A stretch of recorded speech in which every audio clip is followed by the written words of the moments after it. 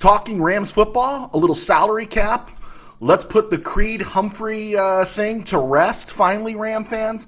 And we're going to take another look at the offensive line and the Seattle Seahawks, and who, by the way, are fat with draft capital. And then there's another look at LeBron. All right, I'm Joe Tarosian, and welcome to RamView. It's hot out there, but let's blow them off the line of scrimmage. Headline, Los Angeles.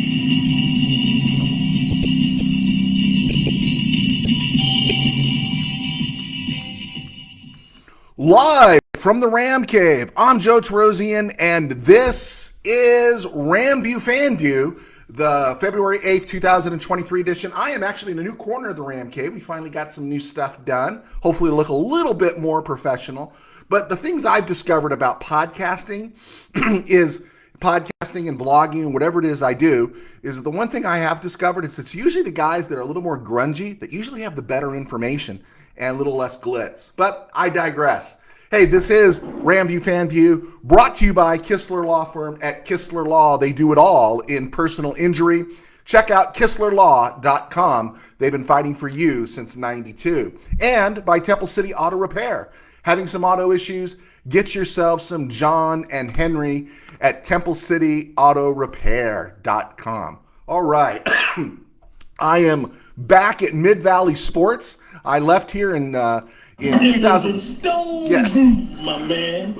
It was a stone groove, my time at Mid-Valley Sports. I left at the end of 2017, and I'm not back. I'm just kind of home visiting. But as we're kind of going a new direction with the podcast, I'm on a bunch of different platforms with RamView, and we're hoping to once a week go Monday, Wednesday, Friday, and make the Wednesday episode, the Wednesday broadcast, live from one of the platforms, whether we're going to be on Instagram or right here on Facebook on some of the Ram sites, hopefully, and we're starting some discussions about that.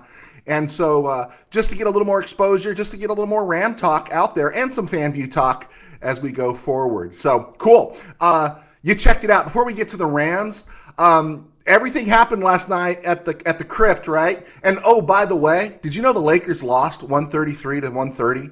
The Lakers lost. That's 2 in a row. They lost at home after 2 days off. They're 25-30, 2 games behind the Utah Jazz and 4 games behind the Timberwolves to make the play-in. Right now, they're like 13th in the Western Conference, and in between them are the same Thunder who beat them last night and the Portland Trailblazers with Dame Lillard. But it's all okay because LeBron is now the scoring champ. And he got to draw a big fat F-bomb on national TV. What can you say? I give total kudos for a guy playing 20 years, staying in the shape he's in, filling the lane and doing the things he does. Props to LeBron on that. I made my argument about this isn't the best generation of basketball, best generation of athletes playing basketball, but not the best basketball players. But 38-year-old man, family, dropping an F-bomb on national TV. Well, how immature can you be? I don't care. I'm not asking him to be a role model. I do kind of agree with Charles Barkley. Athletes definitely shouldn't be role models, but you should be a role model for your children. You should be a role model for your family. You should be a role model for the Lakers, but I guess not. And I was kind of disappointed with that. And I'm going to say something else here, and this is why the NBA is terrible. If anything epitomizes the current Laker organization, and the NBA itself, it's the joy and glitz of a scoring title. But winning and losing, making the playoffs, that doesn't matter. It doesn't matter. They weren't. The Lakers didn't care. Maybe the Lakers cared. LeBron sure didn't care. Don't tell me he cared about winning that game. And he better be sitting out this next game. Something better be up with that foot because he got his title. He got his kudos. I saw Kareem hand him the ball, which was cool because after Kareem broke Wilt Chamberlain's scoring title, I was at the following game at the Forum when they played the Kansas City Kings. Yeah, there was a team in Kansas City, and they were called the Kings.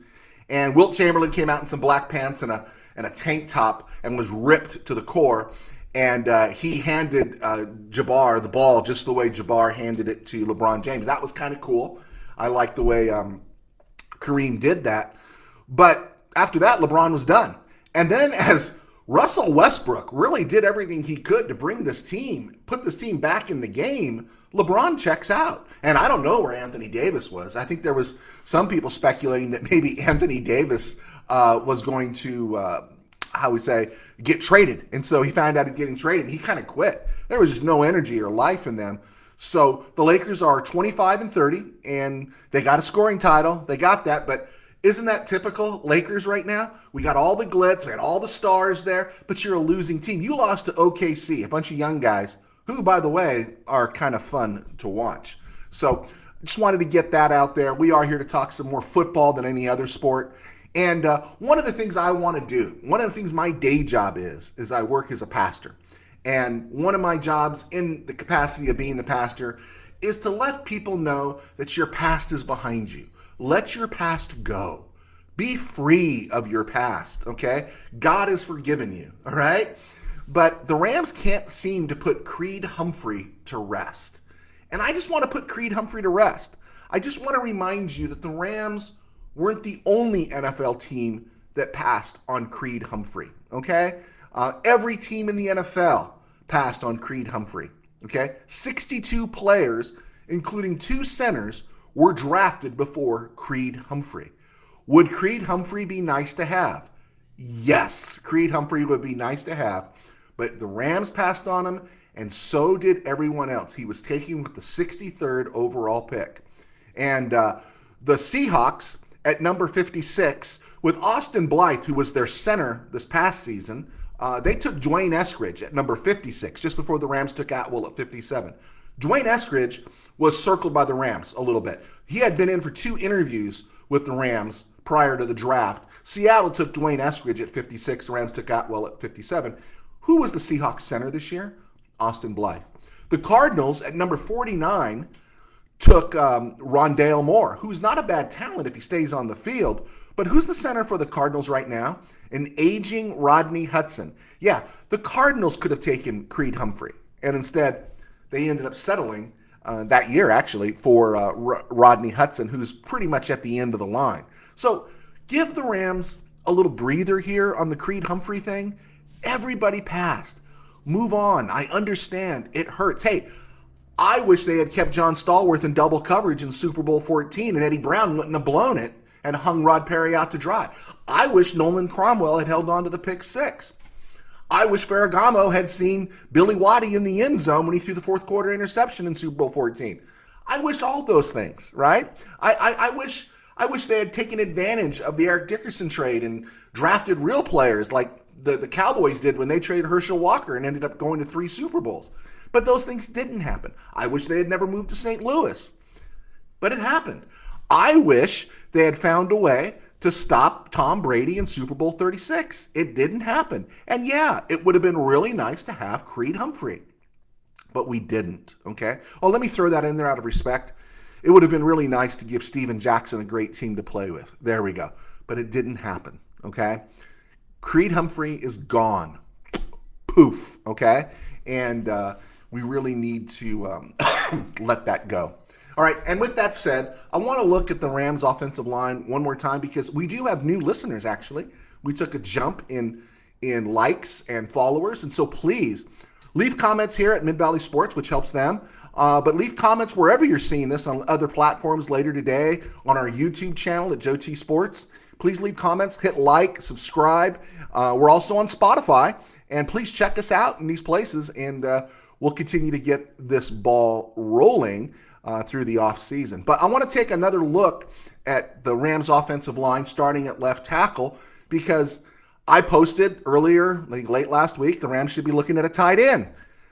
Tyler Higbee's 30. Tyler Higbee has a lot of mileage. Tyler Higbee costs too much money when you could draft somebody, pay them less, and get more production. Call me crazy, right? And no, you got to draft an offensive lineman at 36.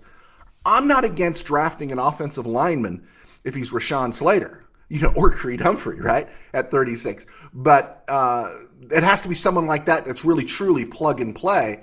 We don't have time to wait for somebody to develop because our window, like the 49ers window, is shrinking. And we can't afford to play that game of waiting for a guy to develop, right? And you've put Brian Allen in the street, or you put Joe Noteboom in the street.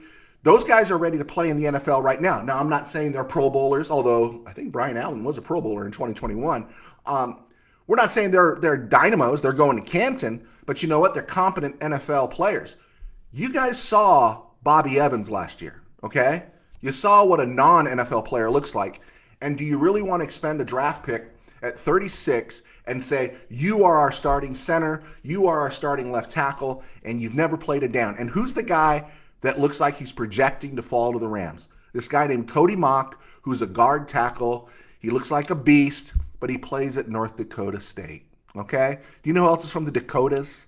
Trey Lance is from the Dakotas, and he's holding the 49ers hostage right now, not because he's a bad dude, but because he couldn't stay healthy. He didn't play the COVID year. He played a handful of games his rookie year, and he barely got any snaps this year before busting a leg or something, busted his ankle, I think it was. So the 49ers are set back. If they're going to go with Trey Lance, they got to wait for him to develop, and he's more talented, but he probably hasn't had the refined skills that Garoppolo or even Brock Purdy displayed. So their window is small. The Rams' window is small. And so you need to think about who you're going to draft at 36 and go forward from there in terms of playmakers, because this is what the Rams have along the offensive line. Left tackle, Joe Noteboom. Get rid of Joe Noteboom. Joe Noteboom sucks. The Rams gave a significant 3-year, $40 million contract to Joe Noteboom. He's a 15 rock cap hit right now. If you cut him now, it's a savings of 2.5. That's not really a great savings, right? If you cut him after June 1st, you do save 8.5 rocks. But then who's your left tackle? This is the guy the front office invested in. The guy who played well in Andrew Whitworth's place. The only way I see the Rams moving off of him is if it's a torn Achilles does not mend or is some kind of career diminisher, career changer. But the Rams are committed to Joe Noteboom. They are. We got to see what we have in him as long as, excuse me, as long as the injury doesn't affect him. Excuse me. Ty Neski, I thought down the stretch. Once Neski, Obouche, and who is it, Skura, who I'm not a fan of, as soon as they kind of played 4 or 5 games together, you could see the Rams' offensive line was slightly improving, and there was a new commitment to the run as well. Neski's not a starter. Neski's a backup, but if they found a way to keep him for dirt cheap money, just as a backup, great. You also have Alaric Jackson. You have Alaric Jackson, and we're going to talk about him right now. At left guard is David Edwards. David Edwards is a free agent.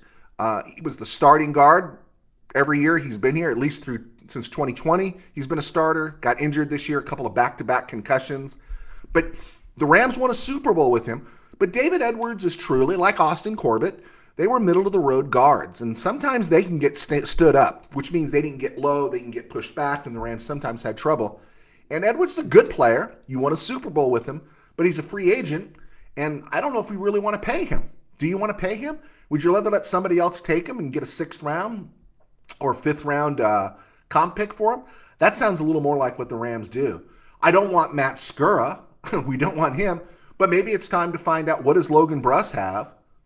He got injured last year. The Rams invested a significant pick in him. Let's find out about Logan Bruss. Or maybe, let's find out about Alaric Jackson at left guard. Alaric Jackson played well. I'm not saying he was going to Canton either. I'm not saying he's going to Las Vegas. It used to say Honolulu. Who cares about that stuff anymore for Pro Bowl? But Alaric Jackson played solid. The concern for Alaric Jackson is, let's find out about his blood clots. Now, just think what I just said. Noteboom torn Achilles. Logan Bruss blew out his knee. Alaric Jackson, blood clots. These are the things that affected the Rams all last year. Oh, David Edwards, you're starting left guard in the Super Bowl. Double concussion. 2 concussions this year. Missed most of the season. So what happened last year was an aberration. We do have offensive linemen that can play. I'd like to see Alaric Jackson at left guard until there's an injury, then you can move him to left tackle. But that's one of the things that hurt Noteboom, was there wasn't a steady guy playing to his right.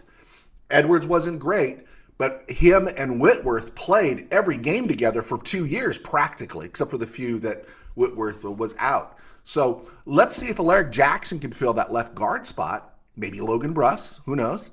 Maybe Alaric moves someplace else. But let's find out, and let's give a steady person to Noteboom's right without injury. Let's find out what we have.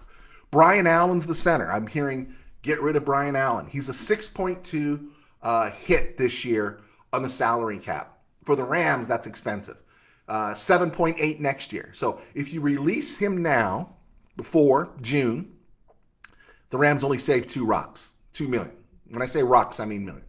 If the Rams trade him now, they save $3 million. If they release him after June 1st, they save $4 million. If they trade him after June 1st, they save $5 million, which is significant. But then who is your center? You're going to count on drafting somebody at 36, 69 that's pro-ready, that's ready to rumble? You want a Super Bowl with Brian Allen. He's only going to be 28. So you cut him, you trade him, who's your center? Coleman Shelton did some good work there at spot duty, but is Coleman Shelton really the guy you want to play center? Center's critical. Center is probably the next most critical thing on the offensive line after left tackle. And I don't think they're going to be able to find a center who's pro-ready to rumble. And when we get into later this week, we get into looking at the draft, the free agent availability of certain players.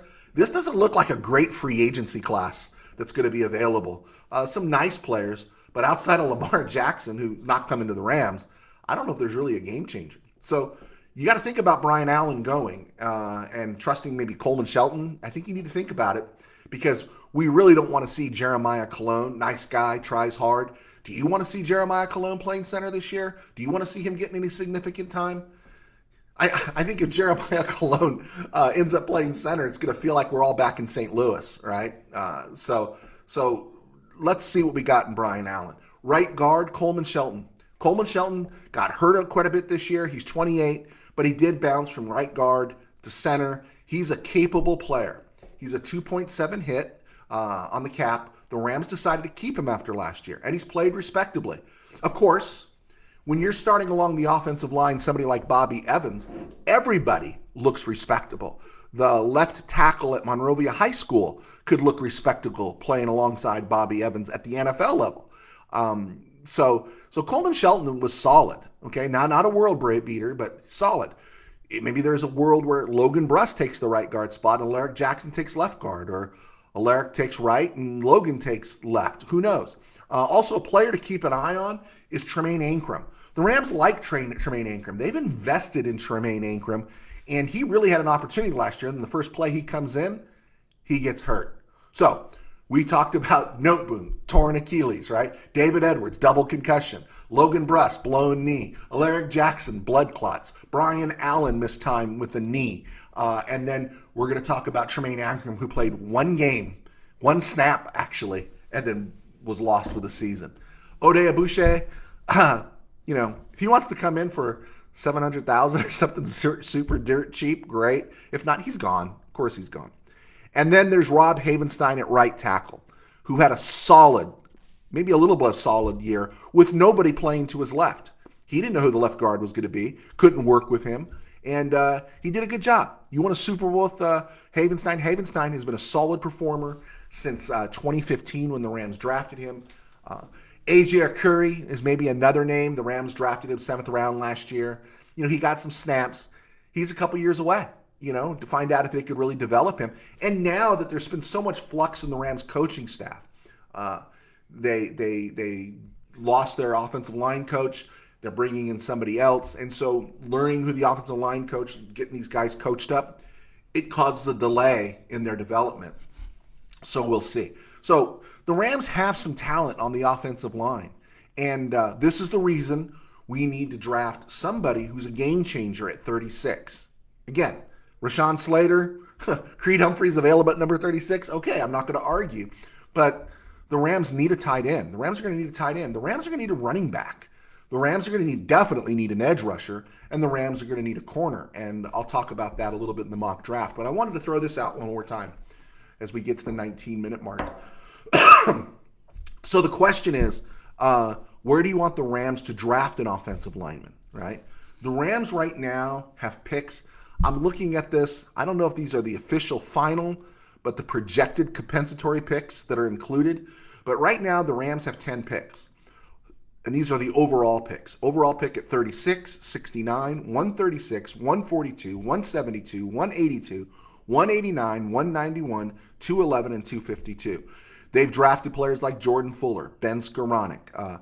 They've drafted players, Kobe Durant, Darian Kendrick, Russ Yeast. They've drafted players in the past who have contributed going forward from these spots. So when you think about that draft, where do you want the Rams to draft an offensive lineman?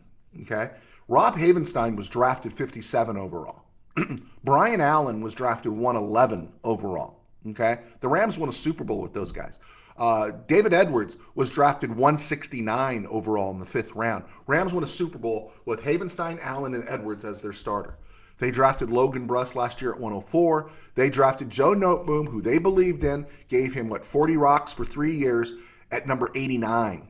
So when you think about, we got to draft a lineman at 36, a lot of teams don't think that way unless they're absolutely 100% sure. What the Rams should go at 36 is they should snag a corner, an edge player, a tight end, or maybe because of the condition of Greg Gaines and Ashawn Robinson's contracts, maybe an interior defender. And we're going to talk more about the defensive line on Friday. The latest mock draft showed on Monday. I did a mock draft that I let the simulator pick, and the simulator came up with Dalton Kincaid, tight end, Utah at 36. On Tuesday, I did a simulated mock draft, and the computer sent Kincaid to the Cardinals at number 34. Zach Ertz is getting old. They got Trey McBride, but most teams do need 2 tight ends, which is another reason the Rams need a tight end. Right now, it's Tyler Higbee and Bryson Hopkins, right? So Rams could use another tight end. But I will, full disclosure, I ran the simulator again late last night, and it had the Rams taking a tackle named Darnell Wright out of Tennessee. I don't know much about Darnell Wright. I'll look at it. It's just the computer simulation on where the chips fall in the mock draft. And then they had him taking tight end Sam Laporta from Iowa. Now, the tight end class is super deep, and you could take a tight end at 69, but I'd like to see at 36 the Ram grab an edge, a running back, or a corner. We're going to need corners. I don't think David Long is not coming back, and we're hoping Troy Hill doesn't come back. So take a quick break. I'll let you know who I am. My name is Joe Tarosian, and I write books, and I'm the pastor of a small church in Burbank. You can check us out at burbankfaithvirtual.com. But I'm also a sports writer. I was a sports writer for 21 years at Mid-Valley Sports and at various websites. I do have a website, joetarosian.com, and I supplement my income these days by doing RamView, FanView, and by writing books. You can find my books on Amazon.com. I have a couple of high school football novels out there, Tangent Dreams and Temple City, Company of the Ages, and they've done real well. I've also written standard fiction, some Christian dystopia. My book, Sin Virus, is basically Christianity meets The Walking Dead. So if you're into that genre, check that one out. I've written a book about bullying called The Dark Norm. So I've had some fun. My most recent book, The Pastor Who Couldn't Wait for Christmas to Be Over, has done well. And you can check those out. They are on, what are they? Oh, they're on Kindle and softcover. And I currently have somebody working on putting them in audio. So there's the commercial. Is that cool? Is that the commercial that we needed there? Okay, looks like we got the commercial. If I got a viewer out there, someone's out there watching me live right now. I don't expect too many people. People are at work. But if you're watching me live, drop me a comment. I'd love to say hi and express my appreciation as we build this fan base. Okay, commercial over. Let's look at the NFC West. And my hope is each time we come on Monday, Wednesday, Friday is to highlight some team in the NFC West. Also, a little bit with the Chargers because they do share SoFi. I'm not a Charger fan, but my old friends at Mid-Valley Sports, Tim Peterson and Dwayne Barker, who are graciously allowing me to do this on the Mid-Valley Sports Facebook page today, they cover the Chargers. They're in the room. They're at all the games, and so I'm probably going to do an episode where I bring Tim Peterson in, who's the writer, and we'll talk a little bit about the Chargers. And then I'm hopeful to talk about the Raiders because of their proximity and because there's a lot of Raider fans out there. And I really think Good for him. Derek Carr has the Raiders over a barrel. I don't know what the Raiders were thinking. But today we're talking about the Seahawks. And it's safe to say Seattle blew everyone away by going 9-8 this year and making the playoffs, right? Everyone had Seattle, slated for last place. I agree. I totally get why everyone thought that, because I thought that. We thought that. The Cardinals made the playoffs last year. I was saying all last year, the 49ers, I didn't care who was quarterback, scare me. In fact, the 49ers always scare me as long as Kyle Shanahan's their coach, because they could literally sign me and probably beat the Rams. Although the Rams wanted me for an offensive tackle at the end of last year. I got to decide what I want to do. Quarterback for the 49ers, tackle for the Rams, because everyone gets desperate. 49ers desperate for quarterbacks, Rams desperate for offensive linemen. But that was a big year for the Seahawks. It was also redemption for Pete Carroll. And it kind of proved that Pete Carroll had a bigger hand in the making of Russell Wilson than Russell Wilson had in the making of Pete Carroll at the NFL level, right? Good for Pete Carroll. Got major clicks out of Geno Smith, and that's going to be a question they're going to have to answer. No one thought Geno Smith had anything left in the tank after 5 years as a backup. But right now, he's the second-ranking free agent on the board, and that kind of tells you about the free agent class. Number one's Lamar Jackson, and then Geno Smith is number two. But they got to make a decision there. Defensively, across the board, the Seahawks are very average, and so that's something to keep an eye on for them when they look to the draft. They look to free agency. They scored big in the draft this last year, and look where they scored. The one everyone was talking about, well, besides Kenneth Walker, was Tariq Woolen out of Texas San Antonio. He was drafted 153rd overall in the 5th round, and he was an exceptional corner this year. He played really well, middle of the pack. Kobe Bryant, familiar name. He was drafted at 109, and he played at Cincinnati, and he got a lot of starting time as well. They drafted 2 tackles. The first one, now, Charles Cross, 9th overall out of Mississippi State. If the Rams see a Charles Cross at 36, okay, I get it. But inside the top 10, they drafted a left tackle, and Charles Cross played. He played very well. Abraham Lucas, a right tackle, was 72 overall out of Washington State, and he graded right in the middle of the pack for graded tackles in the NFL, and he played every game for them. Every game. So they scored. And then on top of that, Kenneth Walker at number 41 overall. Great place to take a running back. And so they did really well in the draft. And they've got huge draft capital right now. Their draft capital is, wow, I'm going to read this off to you. 2 first-round picks, number 5 and number 20.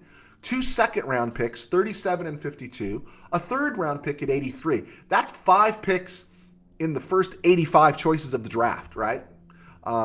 They've got a number 4 at 120, a number 2 number 5s, 148, 151, and a number 6 pick at 184. It's really a shame they don't have a 7th rounder. That's a real bummer, right?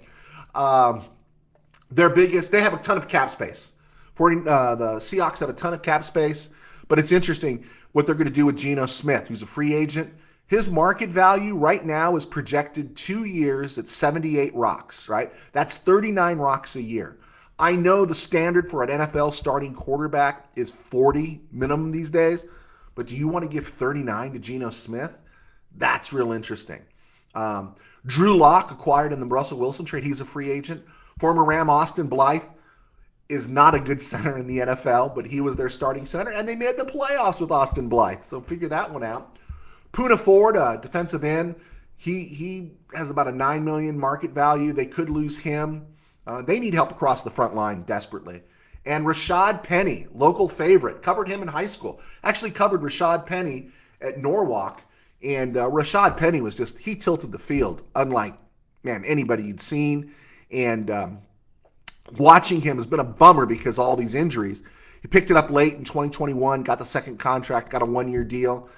I don't see the Seahawks giving him another contract. I just don't. They can draft another running back, and they need to back up. I don't think who is it? Is it JJ? I forgot his name. They need another running back for Kenneth Walker, to spell Kenneth Walker, because Kenneth Walker is going to take a beating and such. So I would expect them to make some moves in free agency because they do have space. Here's the weird thing about the Seahawks. You know how the Rams are loath to pay anybody. That's a safety, right? It's like, hey, thank you for your 4 years. Please move on. Have a nice life. And we're really hoping they say that to Taylor Rapp.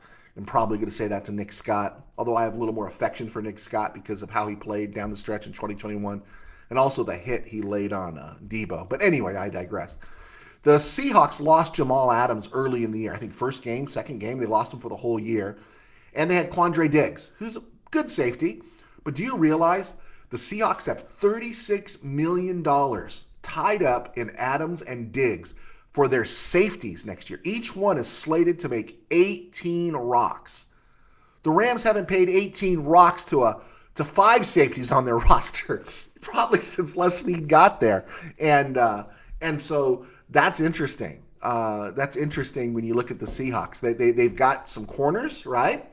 They've got some safeties they're believing in. Right now, what they need to do is maybe the linebacker spot, but really what they need to do is to shore up the defensive line. They have a lot of holes there on that defensive line, and they need to make a choice. But the big decision is coming up is what are they going to do regarding Geno Smith? Most mock drafts that I've seen project Bryce Young and C.J. Stroud going in the top 4. The Seahawks pick at 5. And the question is, would the Seahawks use some of that capital, that draft capital, to maybe move up for a Bryce Young or C.J. Stroud? Bryce Young, I'm suspect on because I got Tua hangover. I think he might be a little more physically stronger than Tua. I don't know. I like Bryce Young, but C.J. Stroud in the playoffs was amazing, and I'd really like to see C.J. Stroud go to a good team. It'll be interesting to see. Or the Seahawks, instead of moving up, could maybe hope to sign Geno Smith, use him as their bridge for the next 2 years, and develop a Will Levis out of Kentucky, or Anthony Richardson, who's projected to go in the first round out of Florida. I view Anthony Richardson as a reach, supremely talented, and I think everyone's trying to catch that Lamar Jackson lightning in a bottle. So wanted to get that in as we get ready to wrap up. RamView. I did ask my loyal RamView followers, people who watch the show, people who interact with me. I did ask them what their Super Bowl predictions are. I'm not ready to give a score, but here's my issue. My issue is the only reason I would go with the Chiefs is because of Patrick Mahomes. When I look at everything else, I'm thinking, I got to go Eagles. So I'm still leaning Eagles. So I put out some questionnaires to people. I said, give me a non-binding final score, and you can change it on Friday's show. So John Halliday, loyal RamView follower, he has the Eagles 42-24. Mike Amade, a local resident who lives in South Bend, huge Notre Dame guy who wrote for the Star News, he has KC 35-31. Paul Kistler of Kistler Law takes the Eagles 24-21. Defense wins, that's what he says. And host of Rams Talk, Derek Ciapala, who's one of the better Ram podcasters out there, he has the Eagles winning 28-24. Loyal for RamView follower Tim Burns, 31-24 Eagles. And Brett Shepard, the acerbic Brett Shepard, who never fails to share his opinion. Brett Shepard out there, he's a big Ram fan, and he gave me this line. He says, at this point, KC wins due to wearing white jerseys. Every Super Bowl in Arizona, the team with the white jerseys have won. I did not know that. I'm going to go with Brett Shepard on that. He's picking the Chiefs. Mid-Valley Sports guys, Tim Peterson covers the Chargers. He's taking the Chiefs 30-27. Dwayne Barker, lead photographer at Mid-Valley Sports, is taking the Eagles at 35-24. Former Los Angeles Ram, and I think he spent some time in St. Louis and some time with the Seahawks, Henry Yep, who I got to meet this summer, he's taking the Eagles at 28-17. You should check out Lens Photography on Facebook because he has excellent old photos of the Rams. Caleb Garcia lives up north. He's a Raider fan. He has the Eagles 31-17. And my brother, Tim Powers, likes the Chiefs 21-14. I don't know where he thinks the Chiefs are going to stop the Eagles from scoring more than 14 points, but if he says so, It's my brother. I'll dance with him. So that's a 7-4 favor of the Eagles, and people are leaning that way. I'm leaning that way. Okay. Stone Groove, my man. So the Stone Groove announcement means that I got to go. Okay, I hit the 34-minute mark. I am doing a little more long form. I do, again, like the Eagles in the Super Bowl. I just don't know by how much because I got a lot of Patrick Mahomes in my head. Okay, guys, God bless. Take care. Please hit like, leave comments, and I'll interact with you as best I can as we go forward. Someone else just clicked on. Please leave a comment. People have been coming and going. This is kind of cool to kind of do this on Mid-Valley Sports. Again, thanks to Tim and Dwayne and the guys for letting me do this on Mid-Valley Sports. And hopefully I'll be doing it on other platforms. Shay Stewart, you're on Mid-Valley Sports? I didn't know you were on Mid-Valley Sports. There's your hi. Hi, Shay. There you go. I did work in my earlier broadcast for the church. Did you notice the Granite Ridge stuff? Okay, got to go. Take care, guys. God bless.